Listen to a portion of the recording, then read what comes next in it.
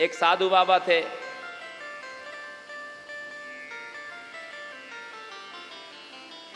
उनके साथ में उनकी गठरी थी।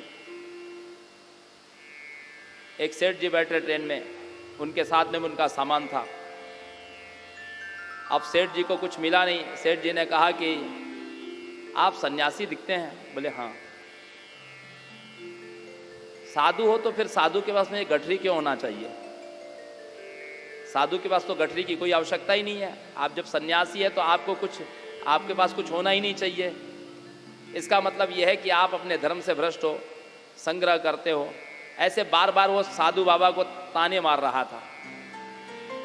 थोड़ी देर के बाद में एक रेलवे स्टेशन आया, साधु बाबा उतर गए, सेठ जी भी उतरा चाय पीने के लिए।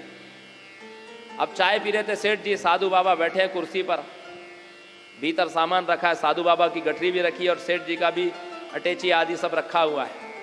फिर चाय पीते पीते फिर कहते हैं कि आप संत हो, महाराज हो, साधु हो, ये ट्रेन में क्यों यात्रा कर रहे हो? आपको पैदल यात्रा करनी चाहिए, त्यागी होना चाहिए, ये होना चाहिए, वो होना चाहिए। महाराज सब सुन रहे थे। सेठ जी बैठे, तब तक से गाड़ी ने सीटी दी, चलने लगी। अब सेठ जी जो ही उठ करके चलने लगे तो महाराज ने हाथ पकड़ लिया। बोले बैठो, कहाँ जा रहे हो? तो बोले अरे ट्रेन चल रही है तो आपका भी सामान रखा। बोले अरे जाने दो सामान को। सेठ जी ने कहा कि अरे मेरा भी सामान है, आपका भी सामान है, गाड़ी छूट जाएगी। बोले छूटती है तो छूटने दो। सेठ बोले अरे छोड़िए मुझे। महाराज ने कहा कहाँ भाग रहे हो, बैठो बैठो बैठो। तो बोले मेरा सामान चला जाएगा।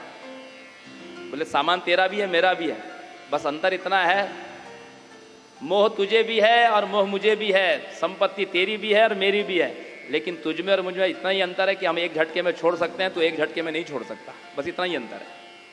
हम एक झटके में सारी चीजें छोड़ सकते हैं, तुम एक झटके में सारी चीजें नहीं छोड़ सकते।